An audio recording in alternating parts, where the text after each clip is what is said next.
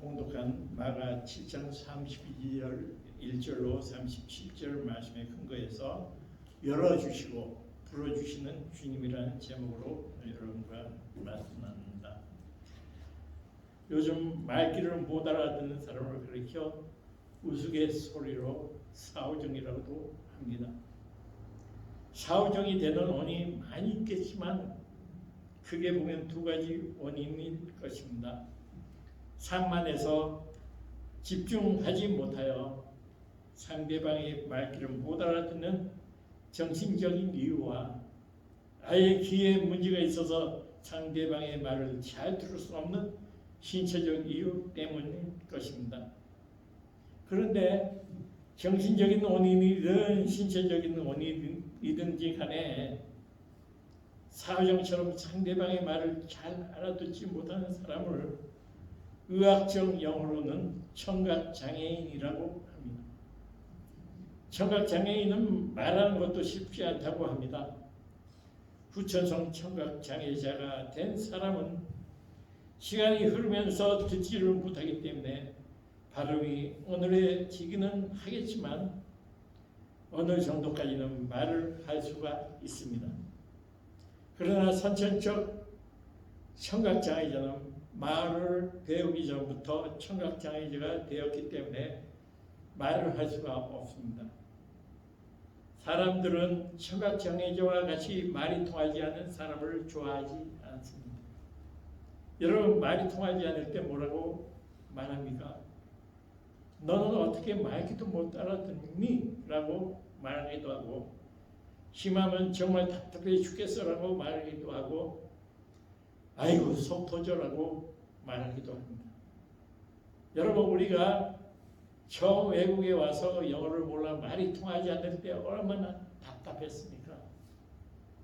상대방이 나에게 욕을 하는지 칭찬을 하는지 가라는 말인지 오라는 말인지 좋다는 말인지 싫다는 말인지 영어를 모르면 얼마나 답답합니까?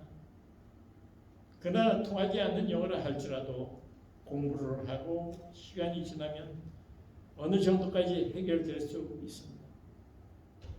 문제는 아무리 시간이 지나도 우리가 아무리 노력을 해도 상대방의 말을 알아들을 수 없고 자신의 의사를 표현할 수 없을 때입니다. 1년이 가고 5년이 가고 10년이 가도 듣지도 못하고 말하지도 못한다면 정말 답답할 것입니다. 오늘 본문은 예수께서 이방 땅 두로와 시돈을 투로 돌아 데가볼리 지방을 지나 다시 갈릴리 호수에 이르렀을 때의 치유 기사를 소개하는 내용입니다. 마태복음 15장 29절로 31절에는 여러 병자들이 치유함 받는 사례들이 소개되고 있으나 오늘 보면 마가복음 7장 31절로 37절에는 대표적인 한 경우를 보여주고 있는데 오늘 우리가 읽은 본문에도 보면 듣지도 못하고 말하지도 못하는 한 사람이 등장합니다. 그는 귀가 있지만 들을 수 없고 입은 있지만 말할 수 없어서 답답한 인생을 살아가는 사람이었습니다. 그는 다른 사람의 도움을 받지 않으면 혼자 살 수 없는 사람이었습니다. 그는 모든 병과 모든 약한 것을 고치시는 예수께 나와 예수님께 부르짖을 수조차 없는 사람이었습니다. 그런데 다행스럽게도 예수님께서 두로 지방에서 나와 갈릴리 호수로 돌아오셨을 때 다른 사람들의 도움으로 예수님 앞에 올 수가 있었습니다. 하지만 말하지 못하는 그는 스스로 예수님의 이름을 부를 수가 없었습니다. 할 수 없이 그를 예수님께 데리고 온 주변 사람들이 예수님께 안수하여 달라고 요청했습니다. 국률이 풍성하신 예수님께서는 거절하지 않으시고 그를 치료해 주셨습니다.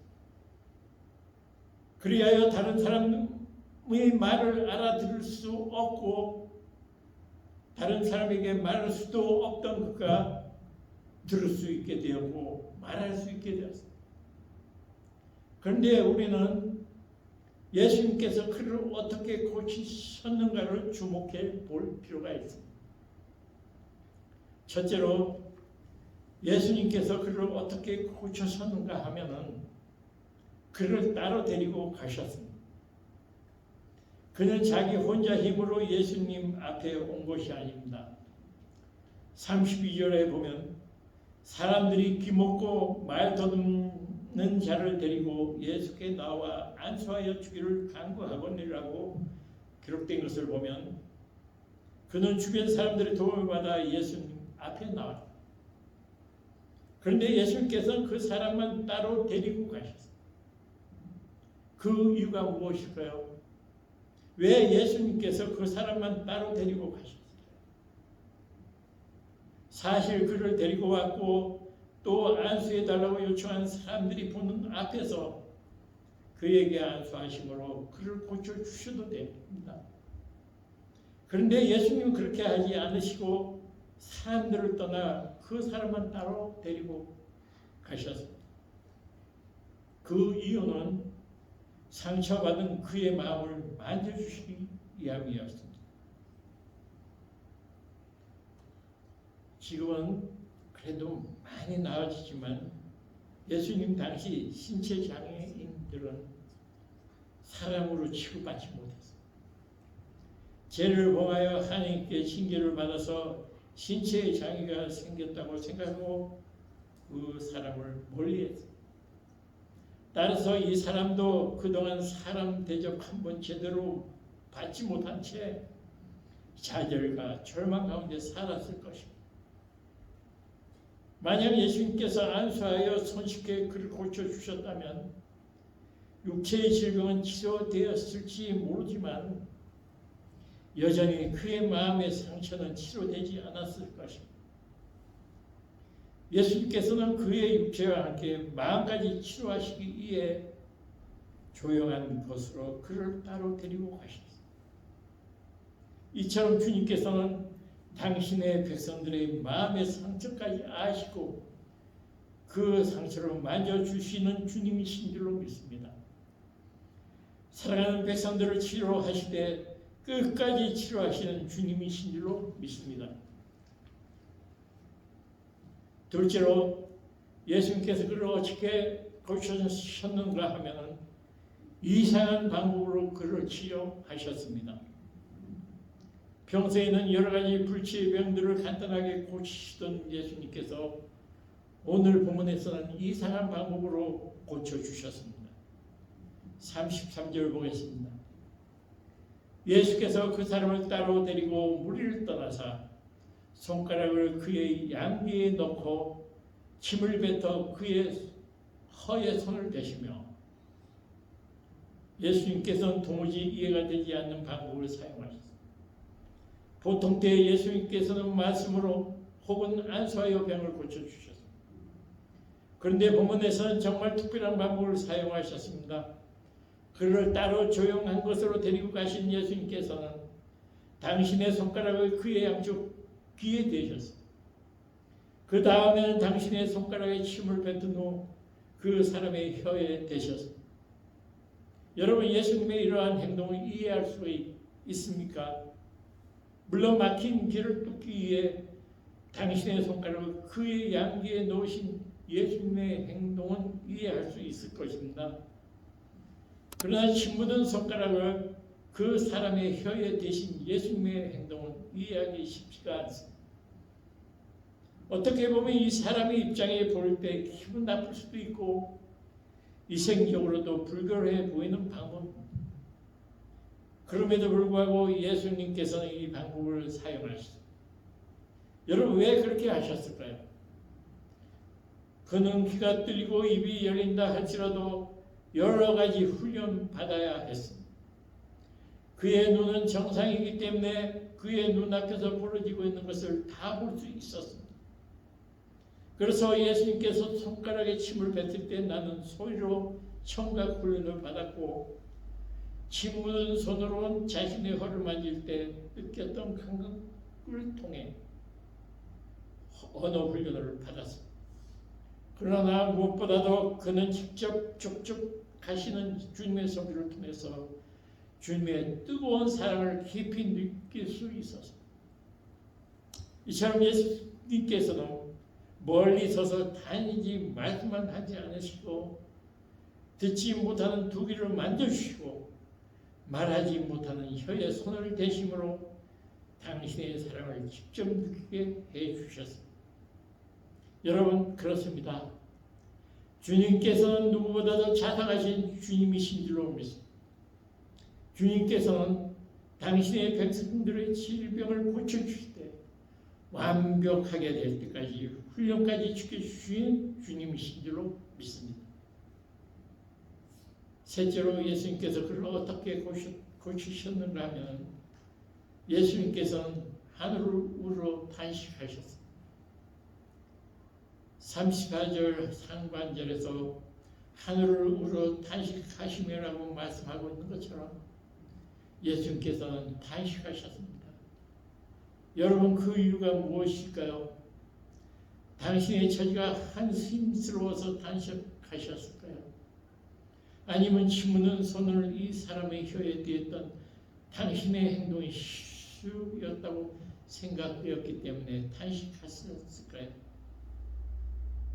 여러분, 그 사람의 안타까운 형편을 보고 마음이 아파서 탄식하신 것입니다. NIV 영어 성경에 보면 단순히 탄식이 아닌 깊은 탄식, 딥사이라고 번역되어 있습니다. 예수께서 그냥 탄식하신 것이 아니라 깊은 탄식을 하신 것입니다. 그동안 듣지 못하고 말하지 못하여 사람들로부터 무시당하고 고통당하던 그의 아픔을 함께 느끼셨습니다. 그래서 깊은 탄식을 하신 것입니다. 여러분, 이것을 통해서 알 수 있는 것이 무엇입니까? 예수님은 우리의 고통을 함께 느끼신 줄로 믿습니다. 여러분, 답답하고 억울한 일을 당하셨습니까? 해결되지 않는 속상한 일로 인하여 밤새도록 잠 못 이루고 있습니다. 여러분들에게 아픔과 상처와 고통이 있습니까?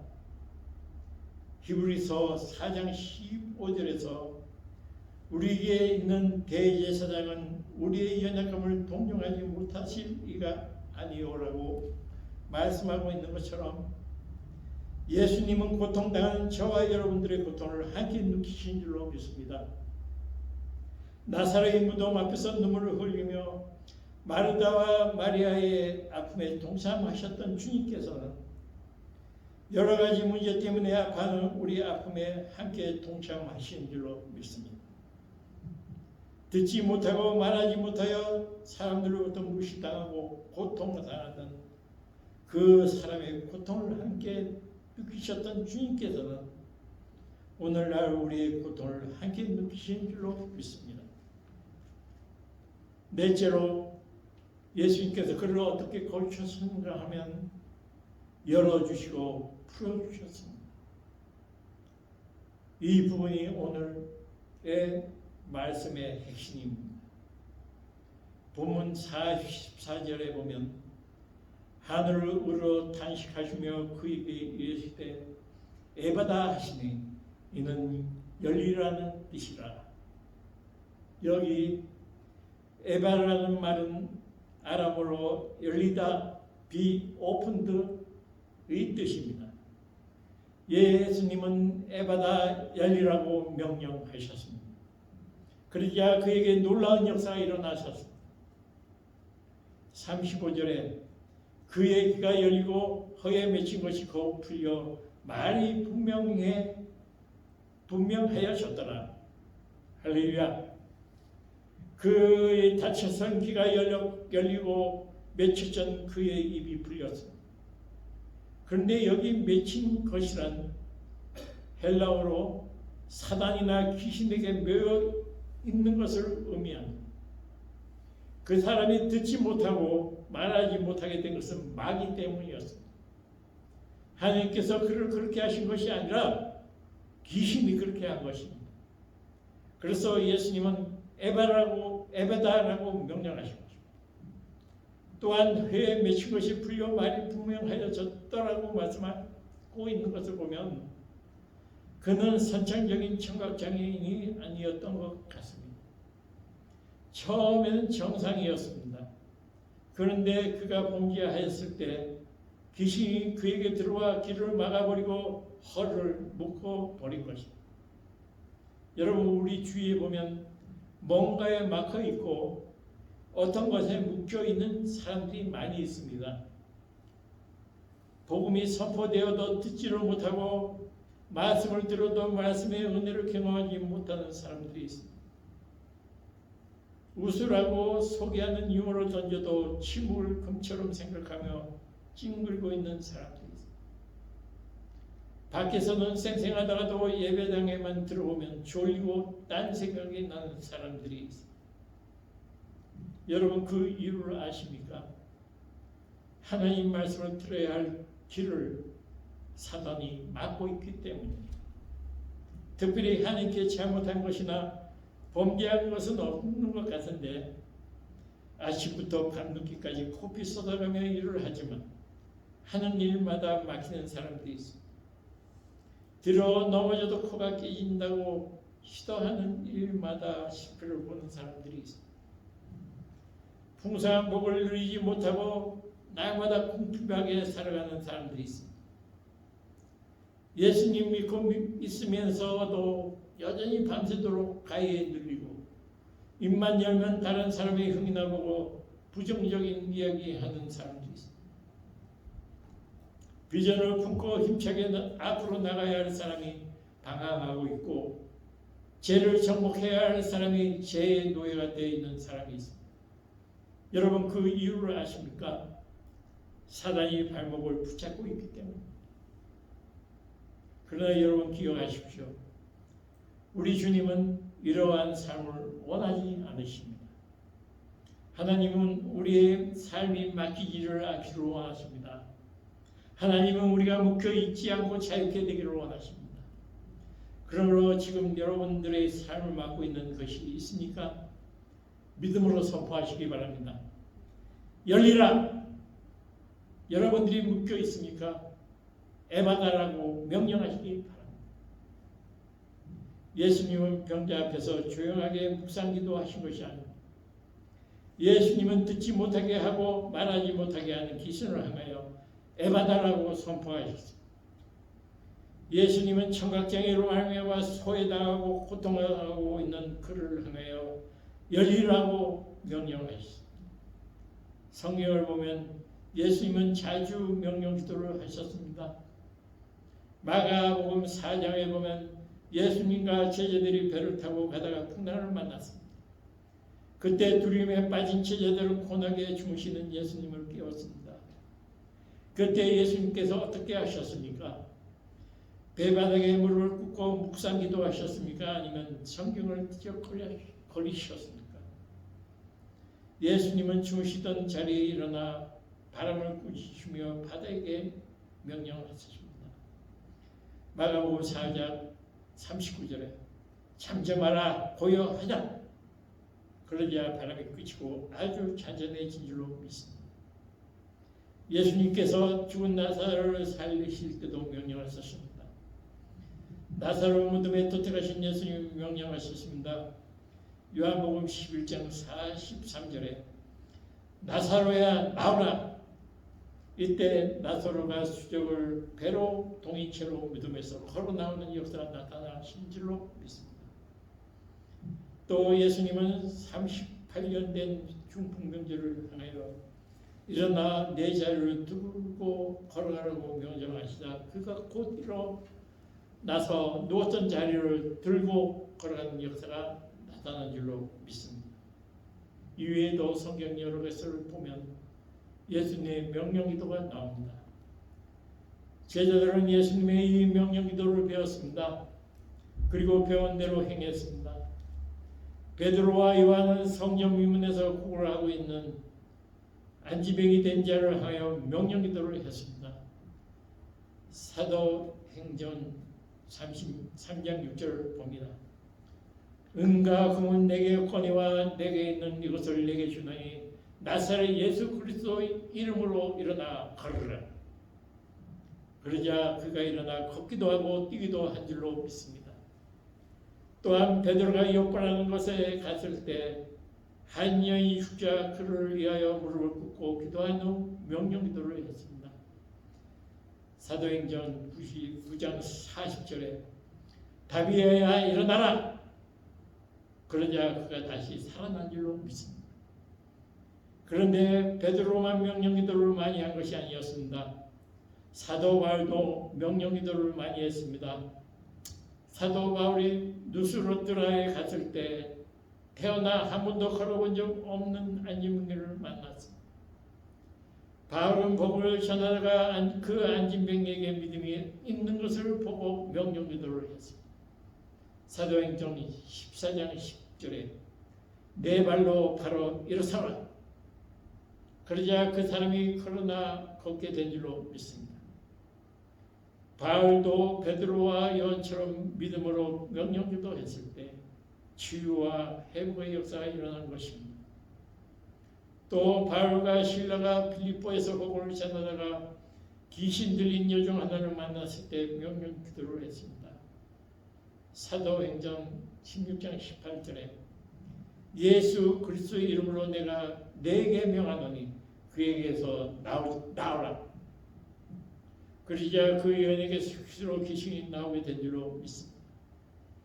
여러분, 예수님이 명령기도를 하시고 본을 보여주셨다면, 그리고 베드로와 요한과 같은 제자들과 사도 바울의 명령기도를 통해 치유와 회복의 역사가 일어났다면 우리도 명령기도를 해야 할 줄로 믿습니다. 여러분, 예수님은 어떤 분이십니까? 예수님은 하늘과 땅의 권세를 다 소유하신 분이십니다. 그런데 예수님은 우리에게 권세를 주셨습니다. 이 세상에서 가장 크고 위대한 권세인 예수의 이름의 권세를 주셨습니다. 하나님께서 권세와 능력을 주셨다면 우리는 그것을 사용해야 합니다. 하나님께서 우리에게 크고 놀라운 권세를 주셨어도 우리가 사용하지 않으면 아무 소용이 없습니다. 여러분들에게 돈이나 빽이나 능력이 없다 할지라도 이 땅에서 예수 이름의 권세를 가지고 무엇이든지 매면 하늘에서도 매이고 이 땅에서 무엇인지 풀면 하늘에서도 풀립니다. 마태복음 16장 19절을 보면 주님께서 내가 천국의 열쇠를 내게 주리니 내가 땅에서 무엇이든지 매면 하늘에서도 매일 것이요 내가 땅에서 무엇인지 풀면 하늘에서도 풀리라고 하시고라고 베드로에게 말씀하십니다.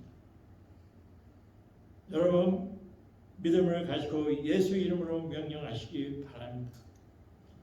그런데 우리가 명령기도를 할 때 가장 중요한 것은 의심치 않는 믿음입니다. 믿음이 적고 큰 것이 중요한 것이 아니라 하나님의 능력과 권세를 조금 더 의심하지 않는 믿음이 필요합니다. 마가복음 11장 23절에 내가 진실로 너희에게 이르노니 누구든지 이 산도로 들려 바다에 던져지라 하며 그 말하는 것이 이루어질 줄 믿고 마음에 의심하지 아니하면 그대로 되리라. 할렐루야. 예수님은 의심하지 않는 명령기도를 하기만 하면 우리가 산을 바다에 던질 수 있다고 말씀하셨습니다. 또한 우리가 명령기도를 할 때 주님의 영광과 타인의 행복을 위해서 하는 것이 중요합니다. 일반적으로 사람들은 자기 영광과 유익을 위해서 명령기도를 하기 쉽습니다. 그러나 여호수아서 10장에 보면 여호수아는 자기 영광과 유익을 위해서가 아니라 하나님 영광과 하나님께서 주신 사명 감당을 위해서 명령기도를 했습니다.